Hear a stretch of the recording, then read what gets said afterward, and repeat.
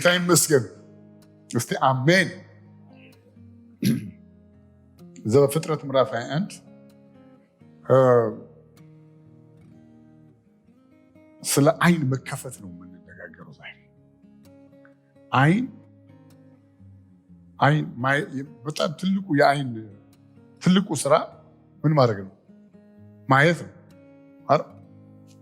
ስለዚህ አይን ብለን ስንነጋገር ማየት ማለት ደግሞ ማወቅ ማለት ነው። ማወቅ ማየት ማለት ነው።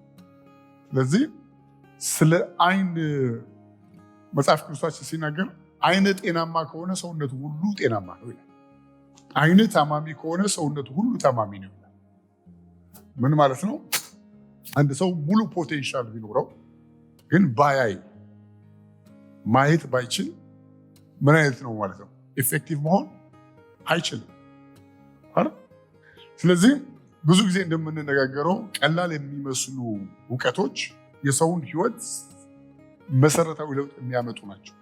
ወይ ደግሞ ቀላል የሚመስሉ ነገሮች የሰውን ሕይወት የሚያበላሹ ናቸው። የማይተገበር ነገር በቀላል የሚመስሉ ለምሳሌ 2 ሲደመር 2 4 ነው።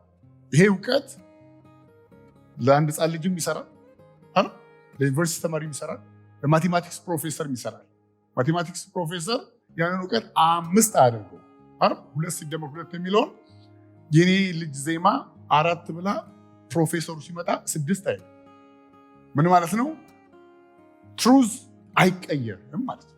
እውነት አይቀየርም፣ እውነት አይሻሻልም። ኢየሱስ ጌታ ነው። ስለዚህ የአይን መከፈት ምንድን ነው አስፈላጊነቱ? አሁን ከጥቅስ ከማየታችን ውጭ አንድ ሲምፕል አናሎጂ ልስጣችሁ። አንድ ሰው ምሳሌ የምሰጥበት ሰው ፈቃደኛ ካለ ባንቺ ልስጥ። ናይስ ሃሌሉያ ነው። አንድ መስል ኳንሰል ኳስኛ ራሄል ትባላለች። እግዚአብሔር ይመስገን። ይሄ የማን ስልክ ነው? እስቲ በሉት እስቲ። የፓስተር አሮን ስልክ ነው አይደለም? የማን ስልክ ነው? ሲምፕል አይደል? አረ ቬሪ ሲምፕል። ራሄል አሁን አይኗን ትጨፍናለች።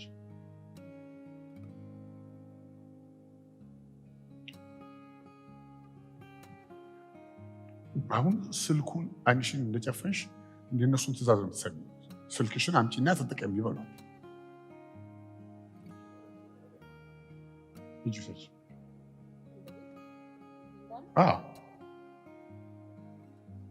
ወደ ፈለግሽበት ይና አምጪ። እንዳትከፍቺ አንቺ ገዝተንሻል። አይዞሽ እንዳታይ አትክፈቺ። ተገዝተሻል። ወደ ፈለግሽው ይችላል አንቺ ተጫወቱ። እንዴት ናችሁ? ደህና ናችሁ? ሁሉ ሰላም አባል how you doing? ሁሉ ሰላም ነው? ምን ፈልጋ ነው? እንዳትከፍቺ። ምን ፈልጋ ነው? እስቲ ተናገሩ። እስቲ ምን ፈልጋ ነው? ውስብስብ ነው?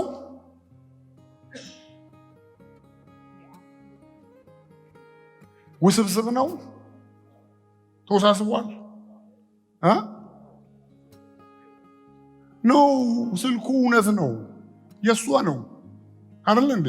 ሩቅ አይደለም ያለው፣ አጠገብ ሆነ ያለው፣ ግን ኦፕሬት ማድረግ አትችልም። ስልክ እንደሌላ ስለምታውቅ ነው። በምን ምክንያት ነው? በጣም ማመን አለብን። ማየት ማለት የሰውን ሕይወት የሚቀየር ነው። አለማየት ማለት ደግሞ የሰውን ሕይወት ዲስትሮይ የሚያደርግ ነው። ዘር ማንዘርህን ያጠፋል። ለዚህ ነው ኢግኖራንስ ብላይንድነስ፣ ኢግኖራንስ መሀይምነት የሚባለው ማለት ነው። እውርነት፣ መሀይምነት፣ አለማየት የሚባለው ነገር መሀይምነት ይጥፋ ሲባል እኮ ማየት እንዲጀመር እኮ አይደል? ስለዚህ ለዚህ ነው መጽሐፍ ቅዱሳችን በኢሳይያስ ላይ አንተ ይለዋል ለኢየሱስ መልእክት ትንቢት ሲናገር የእውሩን አይን ትገልጣለህ ይለዋል። እዚህ ጋር አሁን ስልኩን ቲጂና ተጠቀሚ ይበሏት።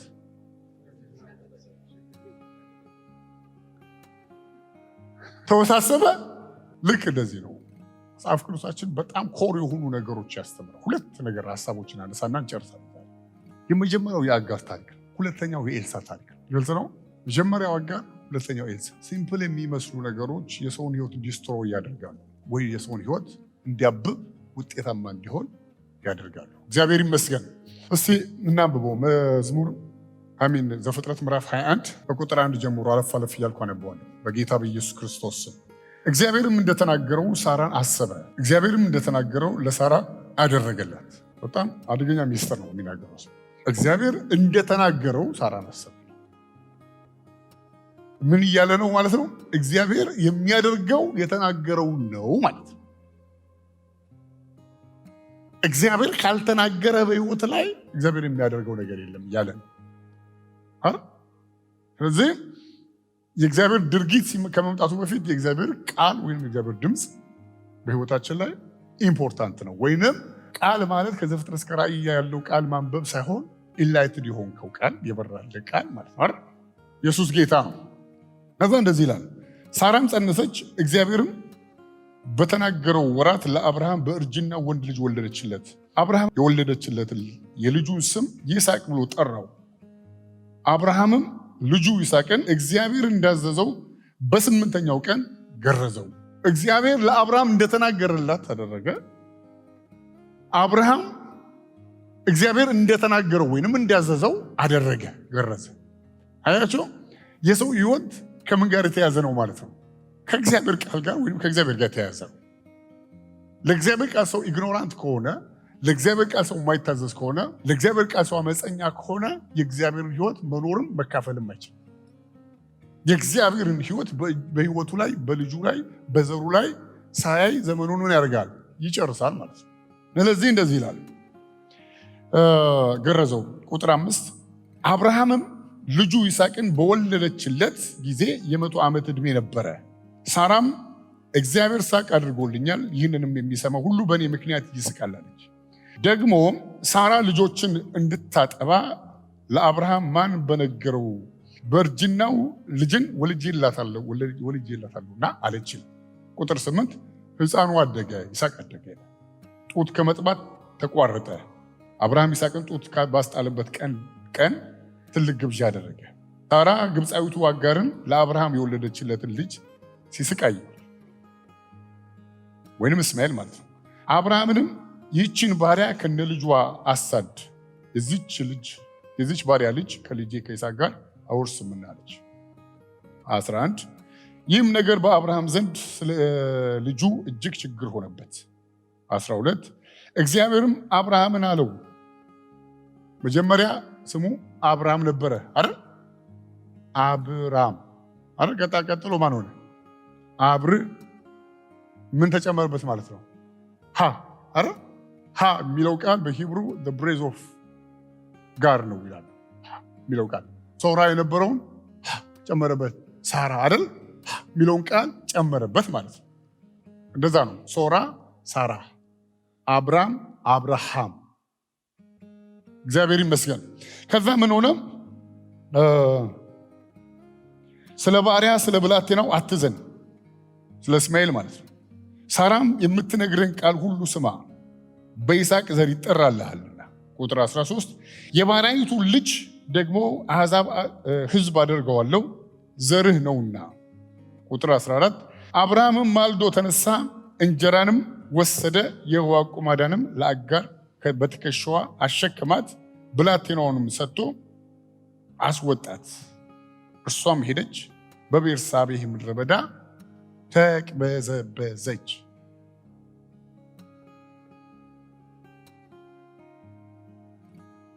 እና በጣም አሳዛኝ ነገር ነው አይደል? እውነት ለመናገር በፍቃደኝነት በሳራ ፍቃድ ነው የወለደችው አይደል? ልጇን ተሸክማ ይስሐቅ በተወለደ ጊዜ አስወጣቻት ይላል። ከዛ በረሃ ላይ ተቅበዘበዘች ይላል። እግዚአብሔር ይመስገን። ቁጥር 15 ላይ እንደዚህ ይላል፣ ውሃው ከአቁማዳው አለቀ። ውሃው ከአቁማዳው አለቀ። ምን ማለት ነው? ውሃ ማለት የሚኖሩ ሰርቫይቭ የሚያደርጉበት ነገር ነው አይደል? ከአቁማዳው አለቀ። ብላቴናውንም ከአንድ ቁጥቋጦ በታች አለችው። እሷም ሄደች፣ ብላቴናው ሲሞት አልየው ብላ ቀስት ውርወራ ተወርውሮ የሚደርስበት ያህል ርቆ በአንጻሩ ተቀመጠች። ፊት ለፊትም ተቀመጠች። ቃሏን አሰምታ አለቀሰች። ሲምፕል። ውሃ እያጠጣች ልጇን ማሳደግ ስለማትችል ያደረገችው ምንድን ነው? እጄ ላይ ከሚሞት ራቅ አድርጌ ከሩቅ ልየው ብላ ተቀመጠች ይላል። በአንጻሩ ተቀመጠች። እግዚአብሔር ይመስገን። ምንድን ነው ሲባል ይሄ ለአንድ ናቹራል ማይንድ ላለው ሰው ትክክለኛ ነገር አይደል? እሷ ሱፐር ማይንድ ቢኖራት ማድረግ የምትችለው ውሃ ያስፈልጋ አይደል? ልጇን አጠጥታ አሳድጋ እንደዚህ አይነት ሐዘን እንደዚህ አይነት መቅበዝበዝ ውስጥ መግባት አልነበረባት። የእሷ ኢነርጂ የእሷ አቅም ይሄ ነው። አያችሁ፣ ብዙ ጊዜ ሰው በመፍጨርጨር ነው የሚኖረው አይደል? በፋይቭ ሴንስ ይኖራል፣ ወይንም ናቹራል በሆነ ማይንድ ይኖራል፣ ወይንም ካርናል በሆነ ማይንድ ስጋዊ በሆነ አይምሮ ይኖራል። አጋር ይሄንን ያደረገችው ልጄ ሲሞት እንዳላየው ስለዚህ እዛ ጋር ይቀመጥ፣ እኔ ርቄ በአንጻሩ ከሩቅ እመለከተዋለሁ አለች። ምርር ብላ ለቀሰች ይላል። ኢየሱስ ጌታ ነው። ይሄ እውነተኛ ታሪክ ነው። በአብርሃም ጊዜ የተደረገ እውነተኛ ታሪክ ነው። ብዙ ጊዜ አንዳንድ ታሪኮች ወደኋላ እዛ ጫማ ላይ ሆነን ካላነበብነው ኢንስፓየርድ ካልሆነ በስተቀር የታሪኩ ጉልበት አይገባም። አሁን ለምሳሌ አንድ ሰው መጥቶ ጥርሴን አሞኝ ሌሊቱን ሙሉ ተሰቃይቼን ያደርኩት ብሎ ይናገራል። አሁን ይሄ ነገር አንድ ደቂቃ በማይሞላው ቃል ነው የገለጽኩት። ግን እዛ ጫማ ውስጥ የገባው ሰውዬ ፔኑን ስለሚያውቀው ያንዳንዱን ፔን ስለሚያውቀው ምን ያደርጋል ማለት ነው? እሱ ፊል ያደርገዋል። አያችሁ፣ አጋር የነበረችበት ጫማ ላይ ሰው በእግዚአብሔር መንፈስ ገብቶ ካላየው በስተቀር የነበረውን ቻሌንጅ አያውቀው። ስለዚህ የሚናገረው ምንድነው? ቃሏን አሰምታ አለቀሰች ይላል። ይሄ እውነተኛ ታሪክ ነው። ሕፃኗ ልጇ ሊሞት አስቀምጠው ልጃችሁ እንደማለት ነው። ከርቀት ትጠባበቀዋለች ሞት የሚመጣውን ነገር እስቲ እንበላ ማለት ነው። ከዛ ምን ይላል? እግዚአብሔርም የብላቴናውን ድምፅ ሰማ። ይሄ ሙሴ በሚገርም አገላለጽ ነው የገለጠው እዚህ ጋር አይደል? ለምንድን ነው ሲባል አልቃሹ ቤርሳቤ ውስጥ የተቅበዘበዘውና አልቃሹ ማን ነው? አጋር ነው አይደል? እግዚአብሔር የብላቴናውን ድምፅ ሰማ ይላል። ብላቴናውም አልቅሶ ሊሆን ይችላል። የአጋርን ድምፅ ሰማ ይላል። ስለምን እያወራ ነው? ስለ ኮቨናንት እያወራ ነው ማለት ነው አይደል? ስለ አብርሃም እየተናገረ ነው ማለት ነው። ኢየሱስ ጌታ ነው። በኢሳይያስ በሉቃስ ምዕራፍ 2 ላይ እግዚአብሔር ይላል ለአብርሃም የተናገረውን ቃል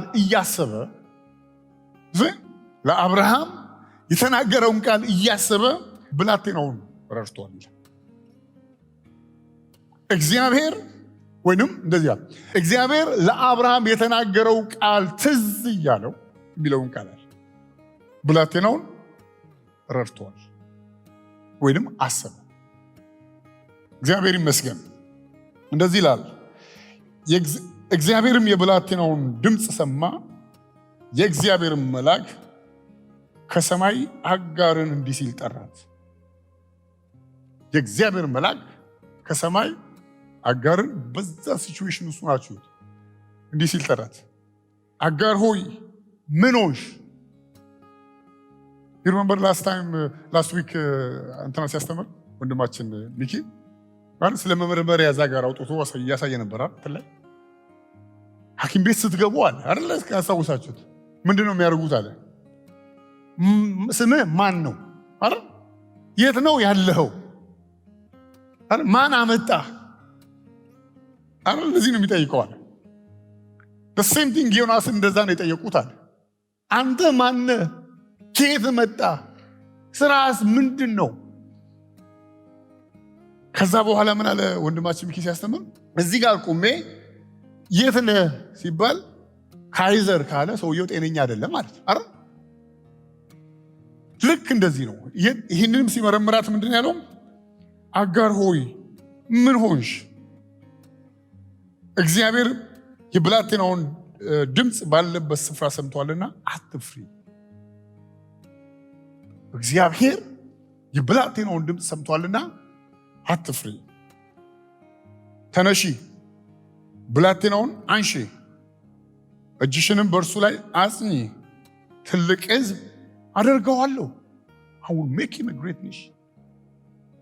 ትልቅ ሕዝብ አደርገዋለሁ። ምን ውስጥ ያለውን ማለት ነው? ሊሞት እየጮኸ ያለውን ሕፃን ማለት ነው። ምን ማለት እንደሆነ ልንገራችሁ። ሲቹዌሽን የሚያስደነግጠው እኛን ነው እንጂ እግዚአብሔርን አይደለም። ያለንበት ሁኔታ የምናልፈው ቻሌንጅ የሚያስፈራራን እኛን እንጂ እግዚአብሔርን። አጋር የተረፈችው በዓይኖቿ መከፈት፣ ዓይኖቿ ደግሞ እግዚአብሔር ጋር ተገለጠ። እግዚአብሔር ነው ዓይኖቿን የከፈተ። ስለዚህ በላይፋችን ላይ ብዙ ዳሜጆችን ብዙ ዋጋዎችን እንከፍላለን።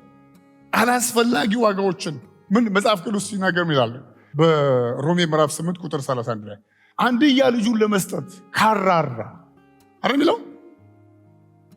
አንደኛ ልጁን ለመስጠት ካራራ ሌላውን ነገር እንዴት ከእርሱ ጋር አብልጦ አይሰጠን ይላል መጽሐፋችሁ።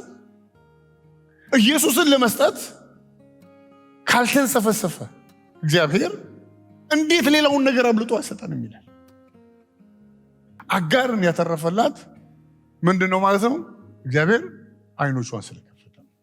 አንድ ሌላው የመጨረሻው በሁለተኛ ነገሥት ምዕራፍ 7 ላይ ቁጥር 8 ጀምሮ እንደዚህ ይላል። የሶርያ ንጉሥ ከእስራኤል ጋር ይዋጋ ነበር፣ ከባሪያዎቹም ጋር ተማክሮ በዚህ ተደብቀን እንሰፍራለን አለ። ስትራቴጂ ያወጣ ማለት አይደል? ጦርነቱን ለማሸነፍ ምን አደረገ ማለት ነው? እዚህ ጋር ተደብቀን እንሰፍርና ሲመጡ ያክ እናደርጋቸዋለን።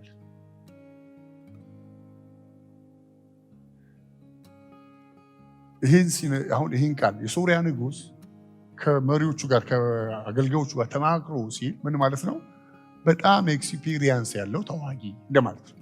ከጀነራሎቹ ጋር ተመካክሮ ቀላል አይደለም ማለት ነው። በአንድ ስፍራ ላይ ተደብቀን የእስራኤልን መንግስት ምን እናደርጋለን? አታክ እናደርጋለን። ይሄን ያለ ከዛ ምን አለ? የእግዚአብሔርም ሰው ቁጥር 9 ላይ ሶርያውያን በዚያ ተደብቀዋልና በዚያ ስፍራ እንዳታልፍ ተጠንቀቅ ብሎ ወደ እስራኤል ንጉሥ ላከ። የእግዚአብሔር ሰው የተባለው ኤልሳ ነው። እዛ ጋር ስትራቴጂ ላወጡት ለጀነራሎቹና ለሶርያው ንጉሥ የቱ ጋር እንዳሉ የቱ ነው የነገረው? ቤቱ ነው የነገረው። የምን ጉልበት ነው ያንን እውቀት የሰጠው ለኤልሳ? የማየት ለሚቴሉ ሰምቲንግ። እናንተ አዲስ ኪዳን አማኞች ናቸው። 9 ስጦታዎች አሉ አይደል? እግዚአብሔር በመንፈስ ቅዱስ አማካኝነት ለቤተ ክርስቲያን የሰጠው ስጦታ ማለት ሰውየው ላቡን ያንጠበጠበበት ማለት አይደለም። ምንድነው? ስጦታ ነው። ጊፍት ግን ኦፕሬት ማድረግ መጠቀም የሰውየው የስጦታ ተቀባዩ ምንድነው ማለት ነው? ማቹሪቲ ነው፣ ሰውየው ብስለት ነው። ስለዚህ ለቤተ ክርስቲያን ከሰጣቸው ስጦታዎች 9 ስጦታዎች አሉ። የኃይል ስጦታ፣ የመናገር ስጦታና የእምነት ስጦታ የሚባል። ከነዚህ ሶስት ግሩፖቹ አንደኛው ዲዘርኒንግ ስፒሪት ይባላል። መናፍስትን የመለየት ስጦታ ይባላል። መናፍስትን መለየት ደግሞ ማለት ነው አጋንንትን ብቻ ማለት አይደለም። መንፈሶችን ዲዘርን ማድረግ ማለት አይደል እንዴ? ጋድ ኢዝ ስፒሪት አይደል እንዴ? ሰውም ደግሞ መንፈሳዊ ፍጥረት ነው አይደል? ሰው መንፈስ አለው አይደል? መንፈስ ነፍስ ጋር አይደል ያለው? ሶስተኛ ደግሞ መላእክት አሉ። አራተኛ ደግሞ ዲመንስ አሉ፣ አጋንንቶች አሉ አይደል? አራተኛ መንፈስ አለ ያለው። ትልቁ የእግዚአብሔር መንፈስ አለ፣ የህይወት ምንጭ የሆነ መንፈስ አለ፣ ፍጥረት የተቀዳበት። ቀጥሎ ደግሞ ማን አለ? መላእክቶች አሉ። መላእክቶቹ በሁለት እንከፍላቸዋለን፣ ፎለን ኤንጅልስ እና ከዛ ኤንጅልስ። አጋንንቶቹና ምኖቹ? መላእክቶቹ አልወደቁት። ቀጥሎስ ሰው በእግዚአብሔር መንፈሱ ተወልዷል። ስለዚህ ዲዘርኒንግ ስፒሪት ማለት ምን ማለት ነው? የሰው መንፈስ ማየት ማለት። ዲዘርኒንግ ስፒሪት ምን ማለት ነው? መላእክቶችን ማየት ማለት። ዲዘርኒንግ ስፒሪት ምን ማለት ነው? አጋንንቶችን ማየት ማለት። አንተ የጠቋር መንፈስ ሲባላተቁ ተለየ ማለት ማየት ነው። ዲዘርን ማለት ማየት ማለት ኢትስ አ ጊፍት። ምን ማለት ነው? አንድ ሰው መንፈሳዊ ዓለም ላይ የተካሄደበትን ነገር ካላወቀ ምንድን ነው ማለት ነው? እውር ነው ማለት ነው። ዲዘርን ካላደረገ ላይፉ ላይ ምን እንደሚሆን እኔ ምን እንደሚሆን አላቅም፣ ህይወቴ ላይ ምን እየተከናወነ እንደሆነ አላቅም የሚል ከሆነ ምን ማለት ነው? አላቅም እያለ ነው። ብላይንድ ነኝ እያለ ነው። እግዚአብሔር የአጋርን አይን ከፈተላት ይላል። ምን ማለት ነው? እግዚአብሔር የጽዮንን አይን ከፈተላት ማለት ነው። ምን ማለት ነው? ብለሲንጉ የቱ ጋር እንዳለ አገኘችው ማለት ነው። ለዚህ ነው ቢዚነስ ኢዝ ኖት ቢዝነስ ይላሉ አይደል ናይጄሪያንስ። ቱር ማለት ቢዝነስ አይደለም፣ ያ ቢዚነስ ነው ይላሉ አይደል እንዴ? ድግስ ላይ የማይሰሩ ግን የሚያዋክቡ ሰዎች የሉ አሉ። እኔ በደንብ የማይሰሩ ግን የሚያዋክቡ አሉ። እዚህ ጋር እንትናቸውን አድርገው ሽንኩርታቸውን አድርገው ወደዚህ ምስሩ ደረሰ ምናምን እያሉ አንድ ያልከተፈች ማለት ምን ማለት ነው? የእሷ ምላስ ብቻ ነው ያለው እዛ ውስጥ ማለት ምን የለባት፣ ምንም ያመጣችው ተጽዕኖ የለም። ልክ ቸርች ውስጥ ምን ሰው አይኑ ካልተከፈተ በኮንፊውዥን ነው የሚኖረው። ይህ እንደሚያደርግ ወደዚህ ሄዳል። አሁን እስቲ ያን ሞከር። በዚህ ደግሞ 13 ዓመት ከ6 ወሩ ያስበላል። ስልኩ እዚህ ጋር ያለው እኮ አይደል? እታችን የት ሄደች?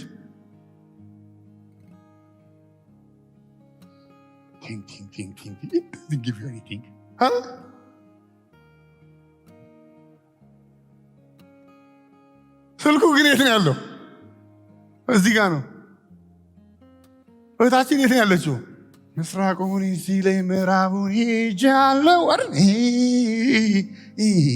ደረጀ አይኔን አንስቼ ጨክኜ እንዳላይ አክኜ ቀረው መነመንኩ ልጅ የምድረ በዳው አለ ኑሮ ይበቃኛል ልጆቼን ላንሳ ዛሬም ማርከኛል ተማርኬያለሁ አይደል? እዛ ሂድ ሲለኝ ወደዛ ሄጃለሁ አለ። ኮንፊውዥን እግዚአብሔር አባቴ ሁሉ ለምንድን ነው ኮንፊውዝድ መሆን? የሚረዳኝ ከሌለሽ እግዚአብሔር የአጋርን አይን ከፈተላት ይላል። ከዛ ጉድጓዶቹንም አየች፣ እሷ ጠጣች ይላል። አቁማዳውንም ሞላች ይላል። ላይፍ ተጀመረ ማለት ነው። ህይወት በአንተ አይምሮ ነው የሚያበቃው እንጂ እግዚአብሔር ጋር ነው። እሱ ብቻውን የማይሞት ነው የሚል ቃል አለ ጢሞቴዎስ ላይ። ኢሞዋቲ ነው ይላል። እሱ ብቻውን የማይሞት ነው ይላል። ማንም ሊቀርበው የማይችል ብርሃን ውስጥ ይኖራል። ህይወት ሰጪ እሱ ነው ይላል። ኢየሱስ ጌታ ነው። ለዚህ ቺን ጸሎት እንጸልያታለን። እግዚአብሔር ይመስገን። ከዛ እንደዚህ ይላል እንዳታልፉ ብሎ ወደ ንጉሥ ላከ። ቁጥር 10 ላይ የእስራኤልም ንጉሥ የእግዚአብሔር ሰው ወደ ነበረው ስፍራ ሰደደ። አንድ ጊዜም ሳይሆን 2 ጊዜም ሳይሆን ብዙ ጊዜ ራሱን አተረፈ ይላል።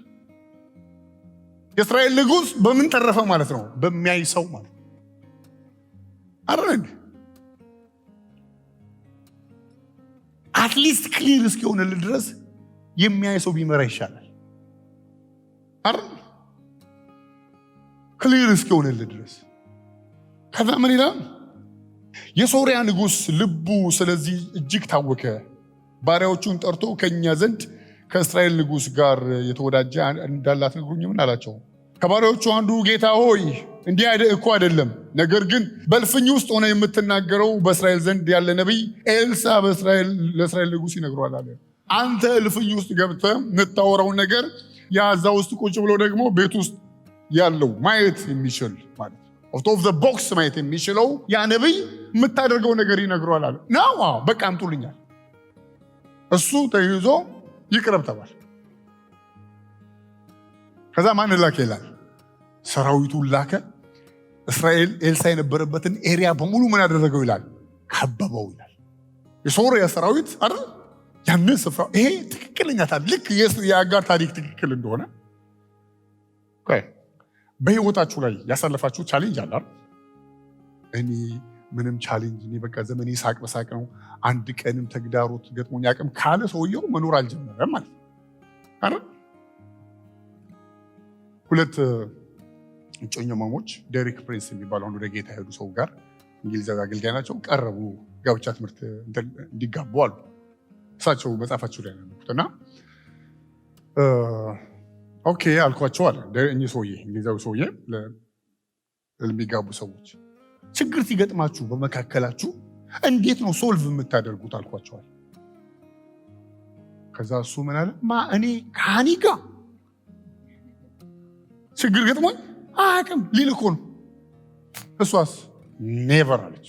ምንም አይነት ነገር ነው እስካሁን ድረስ የገጠማችሁ ችግር የለም? አልተጨቃጨቃችሁም? ተው እርግጠኛ ነህ? በቃ ስትጨቃጨቁ ነው አላችሁ። ምን ማለት ነው?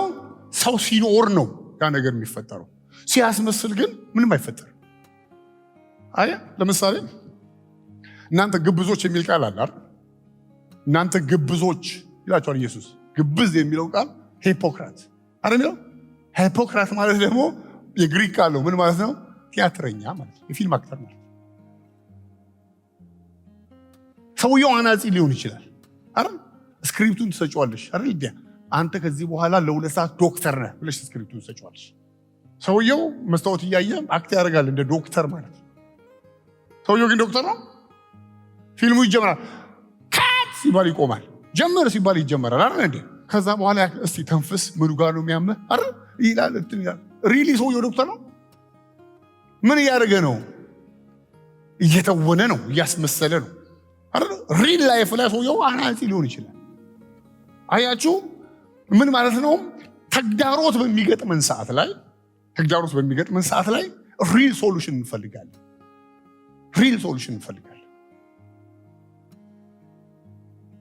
ልክ ይሄ ሰውዬ ቤት ውስጥ ቁጭ ብሎ የሚያወራውን ኤልሳ ምን ያደርገው ነበር? ዲቴክት ያደርግ ነበር። እንዲህ ተብሏል አይደል? ከዛ በዚህ በኩል አትለፍ ይባላል። ከዛ ይዛችሁት ነው ተባለ። እስራኤል ምን ሆነ ማለት ነው? ተከበበ። ከዛ አገልጋዩ ምን አለ? ጠዋት ጉድ ሞርኒንግ ኢትዮጵያ ብላችሁ እንደምትነሱት ማለት ነው። ጠዋት ሲነሳ ጦር የያዘ አይደል? ቀስት የያዘ እንትን የያዘ እንዳለ ከተማውን ከበዋል፣ ቤቶቹን ከቦታል። ወደዛ ወደ ኤልሳ ሄደ። ምን አደረግናል? ወየው ይሄ ኖርማል ወየው ጠፋን፣ አከተመልን፣ አበቃልኝ፣ ህይወቴ አከተመ ብዬ ነበር፣ በትሬ ለመለመ፣ አይቆረጥ በእግዚአብሔር ፍጹም ተስፋ፣ ዳርቻን እያሰፋ። ሃሌሉያ። ከዛ ምን አለ ኤልሳ?